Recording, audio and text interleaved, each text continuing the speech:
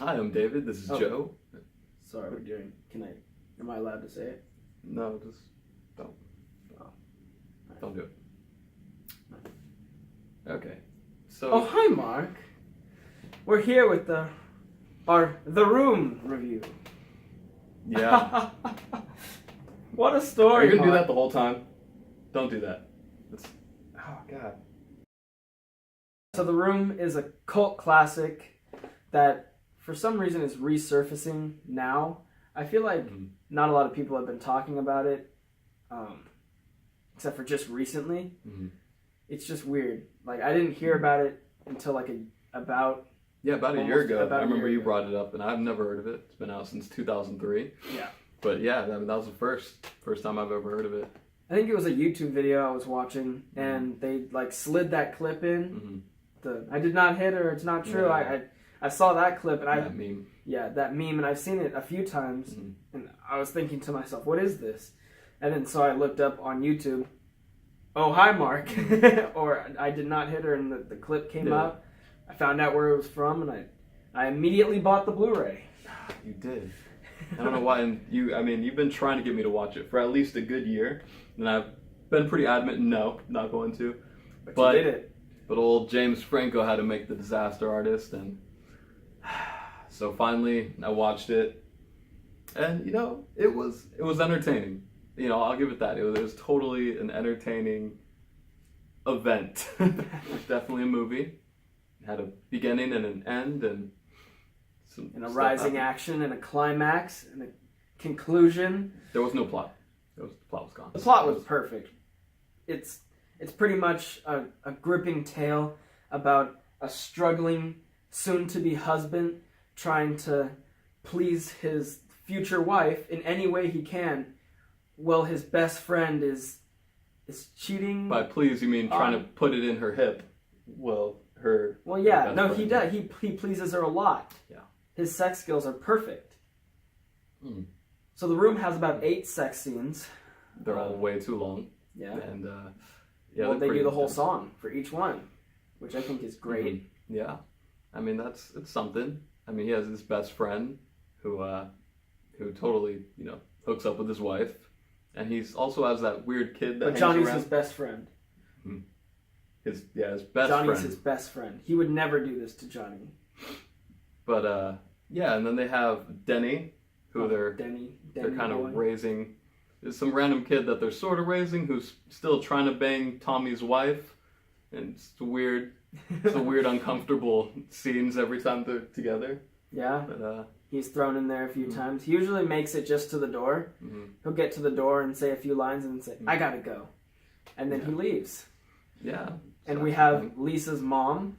Oh, and she has breast cancer. She does have breast cancer, which is a huge plot point. Definitely important to remember. It's a huge twist that's just thrown in there, and it throws you for a loop because you. Yeah, didn't see it coming. I know when I saw that, it was like, where is this going? And then it didn't go anywhere. So that was something. But I'm sure it affects Lisa, which is Johnny's future wife. She's his future wife, but she doesn't love him anymore. She'll say that throughout the entire movie, in almost every scene she's in. She doesn't love Johnny anymore, and now she loves Mark, which is terrible. Yeah, it's a tragedy for sure. Yeah. Poor Tommy goes through a lot. We have some side characters that we can't forget about, like Michelle and Mike, which are Lisa's friend. Those random 2 people that were hooking up in one their time. apartment. Yeah. They were there for a couple minutes. He gets a pretty nice BJ from Lisa, or not from Lisa, from Michelle, his girl. Well, who knows? Yeah, I don't know. Yeah, probably happened. Lisa's getting around. I think it did. Yeah. And then they had the psychologist. The psychologist. Or was it psychiatrist? No, the psychologist. His Peter. Yeah. Peter was his name. And he. But he's always playing psychologist with Johnny, and it's horrible. And all Johnny wants to do is play football. Yeah. And I think that's just. It's a really good life lesson, because all this drama can be going on in your life. But as long as you've got a football and some boys, it solves a lot of problems. It doesn't. But, that's fine. And the movie definitely emphasizes that. And they play football in suits. Yeah. No, I don't know why they're in suits, but they'll they'll get in suits and they'll play football. They'll play football. Oh, because it's a big Hollywood movie. That's why. Yeah, it's that's big why. Hollywood. Gotta be official and do their thing. Right. That's why that was there. I think. And I think all the actors did perfect in their role to capture Tommy Wiseau's vision of this magnificent film. That was probably one of the best parts about the movie. Is the acting is so over the top that you won't stop laughing the whole time. It was definitely entertaining. I have to give it that. Yeah. So we have a big party at the end of the movie. Yeah. You talked Shit about goes down. The climax of the film, which is everybody gathering together, all our characters that we've watched and loved through this film, this adventure that we're going on with Johnny. And we get to this big climactic scene that you just need to watch The Room to see how this all comes together. It really just showcases how good of a director Tommy Wiseau is. Yeah, it's pretty intense, I guess. But oh man, let's see. Everybody finally comes together, and then I think they shove each other.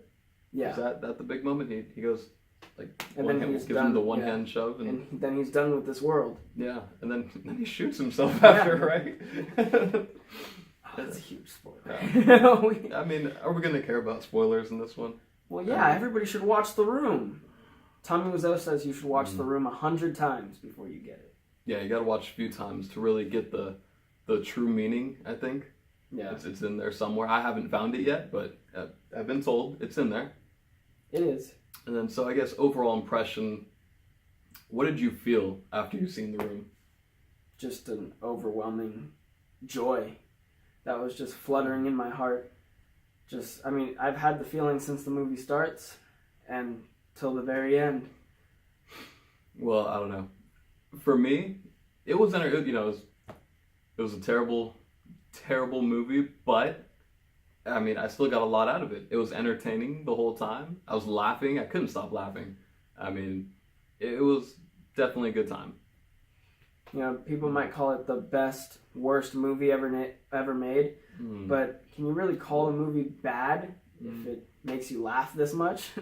Yeah, that's the thing. It's hard to say because out of the bad movies, like over something like Spring Breakers that I thought was just terrible. Yeah. This at least provided entertainment. Yeah. So yeah, maybe. I've seen lots of movies in theaters, like big blockbuster movies that are bad, and I don't enjoy watching them at all. And The Room I've seen about 8 times. So it's way too many times. Yeah, whatever that tells you. I have to say, as far as bad movies go, this was a good time, and I have to recommend you see The Room. Do you agree? No. As far as great movies go, you should go see The Room to help yourself out.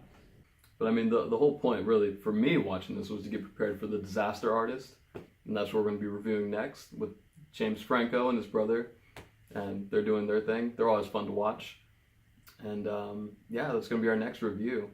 So if you like what you see, just subscribe, maybe click on the next video. Might put it over here or over here. We'll see. That was a train wreck. Hi. Hi, can I help you? Yeah, can I have a dozen red roses, please? Oh, hi, Johnny. I didn't know it was you. Here you go. That's me. How much is it? $18. Here you go. Keep the change. Hi, doggy. You're my favorite customer. Thanks a lot. Bye.